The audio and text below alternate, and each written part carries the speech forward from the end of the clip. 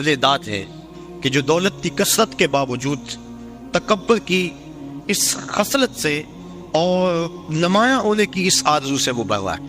ایسے لوگوں کی کمی بھی معاشرے کے اندر نہیں ہے. جگہ جگہ ہمارا بھی جانا ہوتا ہے. کچھ لوگ ایسے ہوتے ہیں کہ دولت کی کثرت کے باوجود ان کے اندر عجز، خاکساری اور انسانی ہمدردی کے جو جذبے ہیں وہ قابل داد ہیں، اور میں ان پہ جتنی بھی داد ان کو دوں کم ہے. اللہ تعالیٰ ان کی عزتوں میں مزید فراوانی عطا فرمائے. گلی گلی کوچے کوچے ایسے لوگ بھی بکھرے ہوئے ہیں. حج کا یہ تیسرا مقصد تھا مساوات. حج کا چوتھا مقصد ہمیں ہمارے ماضی سے جوڑنا ہے. ہمارا جو ماضی ہے، ہماری جو تاریخ ہے، اس سے ہمیں جوڑنا، یہ حج کا چوتھا مقصد. آپ دیکھ لیجئے، ملاحظہ کر لیں پورے حج کو. ہم ملت خلیل سے ہیں اور ہمیں ماضی سے جوڑا گیا. طواف کعبہ ہے، پہلے چکر رمل کے لگائے جاتے. رمل کیا؟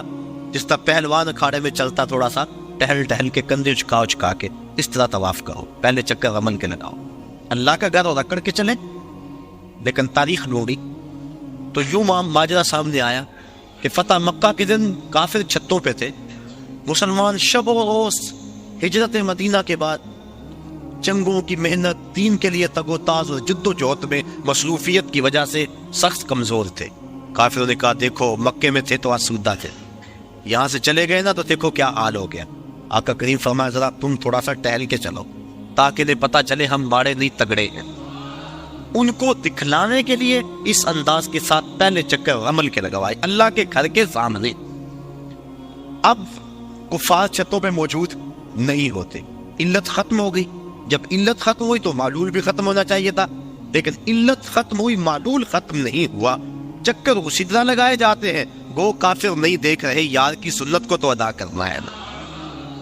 تو یہ ماضی سے ہمیں جوڑا جا رہا ہے. ہمارا ذہن پلٹ کے ادھر چلا جاتا ہے اور فتح مکہ کا منظر آنکھوں کے سامنے گھوم جاتا ہے اور اسلام کی شان و شوکت سمجھ میں آتی. اب طواف کر لیں تو حجر اسود کو چومنا ہے.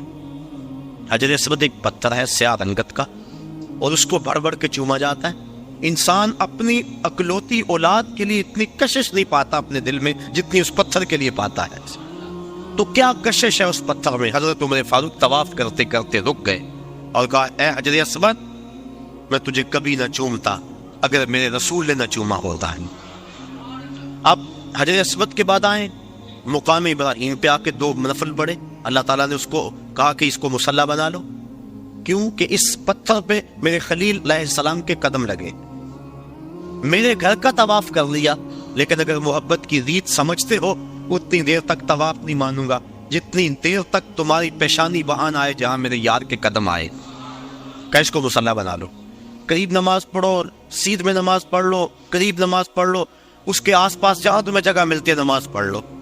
یہاں نماز پڑھو گے اللہ تمہاری نماز قبول کرے گا، حج بھی قبول کر دے گا. ذرا غور کیجئے، اسلام نے تو پتھروں سے دور نہیں ہٹایا، پتھروں سے ہٹایا ہے. پتھر توڑے گئے، لیکن حجر اسود بھی پتھر، مقام ابراہیم بھی پتھر. ان پتھروں کے نیڑے کیا جا رہا ہے.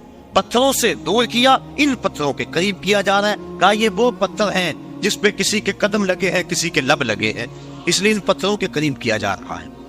اب آگے آئیے، چاہے زمزم پہ چشمہ پھوٹ رہا ہے، پانی کھڑے ہو کے پیئیں، جو دعا مانگے پوری ہوگی، جس نیت سے پیئیں پوری ہوگی.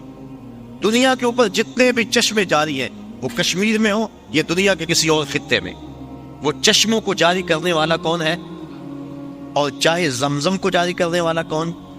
سب چشموں کا خالق اور جاری کرنے والا اللہ.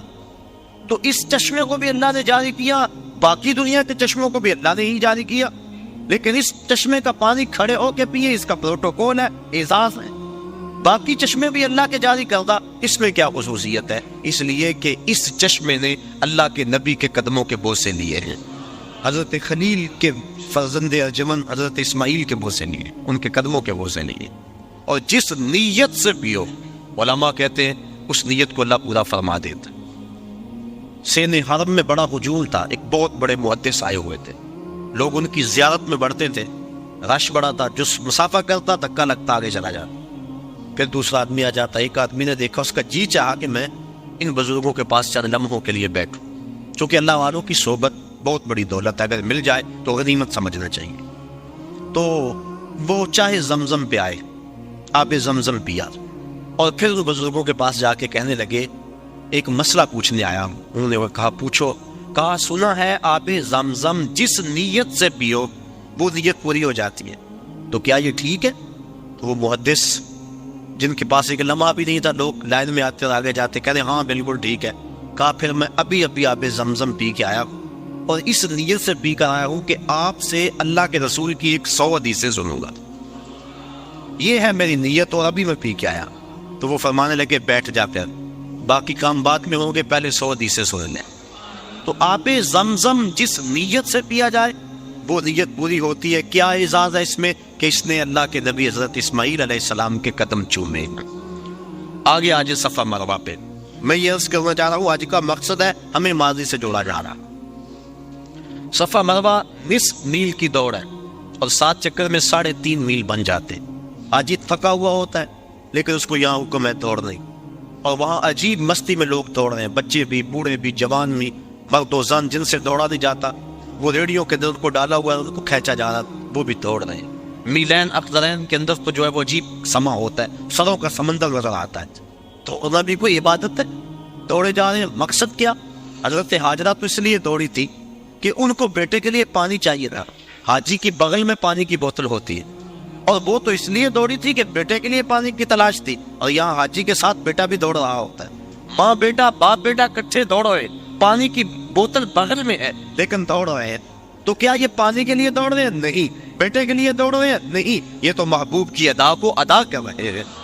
اور حضرت حاجرہ نے اس وادی غیر ذی زرع کے اندر جس طرح جرأت و استقامت کا ثبوت فراہم کیا، آپ نے علماء سے سنا، تفصیل کا وقت نہیں، کہ جب جناب خلیل علیہ السلام سیدہ حاجرہ کو چھوڑ کے واپس پلٹنے لگے تو یہ سحر کا وقت تھا، تو حضرت حاجرہ بھر کے ان کا دامن تھام لیا، تمسکت بے ازیالہ، دامن تھام کے پوچھنے لگی اس تنہائی اور غربت میں چھوڑ کے کہاں جا رہے؟ وہاں انسانی وجود کیا، حیوانی وجود بھی نہیں تھا۔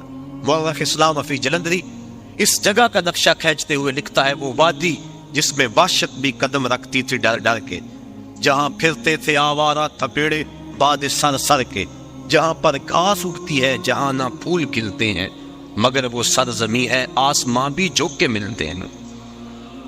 وہ یہ پہاڑوں میں دل کو ڈر لگے، عورت ذات اور معصوم بچہ گود میں، نہ پینے کے لیے کچھ ہے، نہ کھانے کے لیے کچھ، نہ کوئی ہمسائیگی، عورت کا وجود۔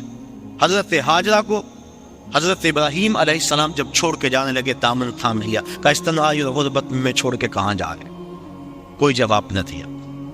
پھر قدم اٹھایا تو آگے بڑھی، پاک تینت خاتون نے پھر دامن پکڑا، کہا اس تنہائی میں چھوڑ کے ہمیں کہاں جا رہے ہو؟ لیکن جناب ابراہیم علیہ السلام کی آنکھوں میں آنسو تو ہیں، لیکن جواب کوئی نہیں دیا۔ پھر قدم اٹھایا اور پھر دامن کو پکڑ کے کہا اس غربت اور تنہائی میں چھوڑ کے ہمیں کہاں جا رہے ہو؟ میرا نونہال جو میری امیدوں کا چراغ ہے یہ ضائع نہ ہو جائے کہیں، اور یہاں پانی بھی نہیں ہے، اور میں عورت کہاں چھوڑ کے ہمیں جا رہے ہیں؟ حضرت خلیل علیہ السلام نے پھر جواب نہ دیا، تو حضرت حاجرہ نے بات کو پھانپ لیا اور کہا کیا اللہ کا یہ حکم ہے؟ قال نعم، کہا پھر آپ جائیے، آپ خیر سے جائیے، اگر اس کا یہ حکم ہے تو وہ ہمیں ضائع نہیں ہونے دے گا۔ پھر ان پتھروں میں اللہ کی بندی حضرت حاجرہ رکی، جہاں دن کو ڈر لگتا ہے، جہاں مردوں کے کلیجے اور پتے پانی پانی ہو جائیں، وہاں وہ خاتون رکی، عورت کا وجود، معصوم بچہ گود میں، تنہائی، غربت، کھانے کے لیے کچھ نہیں، پینے کے لیے کچھ نہیں، انسانی وجود کوئی نہیں، ہمسائیگی کوئی نہیں، حشرات الارض بھی نہیں پائے جاتے، زمین پہ گھاس بھی نہیں کی ہوئی، اور رات کا لمحہ حضرت خلیل چھوڑ کے جا رہے، کہا چاہیے آپ خیر سے جائیے، اگر اس کے حکم پہ چھوڑ کے جا رہے تو وہ ہمیں ضائع نہیں ہونے دے گا۔ اللہ اکبر، اللہ کی بندی حضرت حاجرہ سلام اللہ علیہا نے جرأت اور عظیمت کی جو داستان رقم کی، اور پھر بیٹے کے لیے بے تابانہ دوڑ رہی ہیں، کبھی صفا پہ کبھی مروہ پہ، اللہ کے حکم کے لیے یہاں رکی، کہا میری بندی میرے حکم کے لیے تو نے عد کر دی۔ ایک عورت سے یہ تصور کہ وہ اس طرح عالی غربت میں رہے، اور پھر اس اعتماد اور یقین سے عورت کو رخصت کرے کہ آگ کے گوشے کو بھیگنے بھی نہ دے، کہ یہ اللہ کا حکم ہے، تو اگر آنکھ کا گوشہ بھیگ گیا تو کہیں یہ نافرمانی نہ ہو جائے، یہ تیری استقامت، یہ تیری جرأت۔ تو پھر دیکھ، اگر تو نے یہ 7 چکر لگائے تھے، تیری راہوں پہ نبیوں کو بھی دوڑاؤں گا، تیری راہوں پہ ولیوں کو بھی دوڑاؤں گا، قیامت تک لوگ دوڑتے رہیں گے۔ وہ اعزاز اور وہ پروٹوکول دیا، نبی بھی دوڑ رہے ہیں، ولی بھی دوڑ رہے ہیں، غوث کتب ابدال بھی دوڑ رہے ہیں، ان راہوں پہ کیا کون کون نہیں دوڑا، خود امام الانبیاء ان راہوں پہ دوڑے ہیں۔ کہا دن کو جائیں توڑ لگی ہوئی ہے، رات کو جائیں توڑ لگی ہوئی ہے، پچھلے پہر جائیں توڑ لگی ہوئی ہے، سروں کا سمندر ہے، برستی بارش میں دیکھے دوڑ لگی ہے، کڑکتی دھوپ میں دیکھے دوڑ لگی ہے۔ اب تو وہاں بڑا کچھ بن گیا، جب کچھ نہیں تھا پھر بھی دوڑ لگی تھی، کبھی وہ سائی موقوف نہیں ہوئی، لوگ دوڑے جا رہے ہیں، دوڑے جا رہے ہیں۔ چاہیے کیا؟ کچھ بھی نہیں چاہیے، پانی چاہیے نہیں، بیٹا چاہیے نہیں، دوڑ لگی ہوئی ہے۔ کہا میری بندی تو نے حج کر دی، اب قیامت تک تیرے نام کے پھیرے لہراتے رہے۔ اللہ اکبر۔ اب یہ دیکھو، یہ بھی ماضی سے میں جوڑا جا رہا ہے۔ اب آگے بڑھ جائیں، جب سائی مکمل کر لیں تو کسر کرائیں یا حلق کروائیں، سر منڈوا دیں۔ یہ سر کیوں منڈوایا گیا؟ اس لیے کہ بال اتر جائیں، پھر غسل ہوگا، آرام اتر جائے گا تو انسان ہلکا پھلکا ہو جائے گا، تر و تازہ ہو جائے گا، بال اتر جائیں گے۔ یہ مقصد اگر ہوتا تو جس کے بال ہوتے اس کو تو حکم دیا جاتا، لیکن حکم ہے کہ ایک شخص پیدائشی طور پہ گنجا ہے، اس کے سر پہ ایک بال بھی نہیں ہے، اب اس کو حکم ہے کہ وہ خالی اسطرح لے اور اپنے سر پہ پھیرے۔ امراء الموسیٰ للکوسیٰ فی الحج، وہ لے اسطرح اور اپنے سر کے اوپر، جلد کے اوپر خالی پھیرے۔ کوئی اسے دیکھے یوں کرتا ہوا تو کہے گا کہ یہ اس کی عقل ٹھیک ہے، سر پہ تو بال بھی نہیں، اسطرح پھیر رہا ہے، بال ہو تو اسطرح پھیرے۔ تو وہ اسے کہے گا میاں بالوں کو اتارنے کے لیے اسطرح کوئی نہیں پھیرتا، یہ تو محبوب کی ادا کو ادا کیا جا رہا ہے۔ اللہ اکبر۔ دیکھ لیں، پورا حج دیکھ لیں، رمی جمال دیکھ لیں، شیطان کو کنکر مارے جا رہے۔ حضرت ابراہیم، حضرت اسماعیل علیہ السلام کو تو نظر آیا تھا شیطان، حاجی کو نظر آتا ہے؟ اسلام تو ایک لمحہ بھی بے مقصد گزارنے سے روکتا ہے کہ ایک کام بھی بے مقصد نہ کرو۔ یہ شیطان نظر بھی نہیں آ رہا اور پھر بھی کنکر پھینکے جا رہے۔ حضور کا نام آتا ہے نا لبوں پہ، ہم چون کے آنکھوں سے لگا لیتے ہیں، بس طبیعتیں معترض ہیں۔ ہم کہتے ہیں یار مسند فردوس دہلوی کی روایت ہے، حضرت آدم علیہ السلام جب چلتے تھے پیچھے آواز آتی تھی، پوچھا مالک یہ کیا ماجرا ہے؟ کہا تیری پشت میں نور مصطفیٰ رکھا ہے، فرشتے اس کی زیارت کے لیے تیرے پیچھے چلتے۔ کہا مالک وہ نور تو میں بھی دیکھنا چاہوں گا۔ کہا پھر اپنے ناخنوں میں دیکھو، جب ناخنوں میں ضرور ہوا تو چوم کے آنکھوں سے لگا دیا۔ تو ہم بھی اس سنت کو ادا کرتے ہیں، کہتے ہیں یہ تو لکیر کی فقیری ہے، انہیں تو نظر آیا تھا، تمہیں نظر آتا ہے؟ ہم کہتے ہیں مینا میں تمہیں نظر آتا ہے؟ تمہیں نظر نہیں آتا، لکیر کے فقیر وہاں بنتے ہو کہ نہیں؟ تم اس لکیر کے فقیر ہو، ہم اس لکیر کے فقیر بھی ہیں اور اس لکیر کے فقیر بھی ہیں۔ نظر آئے نہ آئے لیکن چوم کے آنکھوں سے لگاتے ہیں کہ یار کی سنت کو تو ادا کروائیے۔ تو پورا حج دیکھ لیں، ہمیں ہمارے ماضی سے جوڑا جا رہا ہے۔ یہ حج کا ایک جو ہے وہ بنیادی مقصد تھا۔ حج کے اور بھی کچھ مقاصد ہیں، لیکن وقت میرے سامنے اتنا ہے کہ اس کے دامن میں اتنی گنجائش نہیں کہ میں تفصیل سے کسی اور عنوان سے گفتگو کروں۔ صرف 2 جملے۔ حج ہو گیا، واجبات بھی ادا ہو گئے، سنن بھی ادا ہو گئے اس کے، اور اس کے اراکین بھی ادا ہو گئے۔ اب حج مکمل ہو گیا، اب کیا کریں؟ اعلیٰ حضرت فرماتے ہیں حاجیو آؤ شہنشاہ کا روزہ، کعبہ تو دیکھ چکے، اب کعبے کا کعبہ۔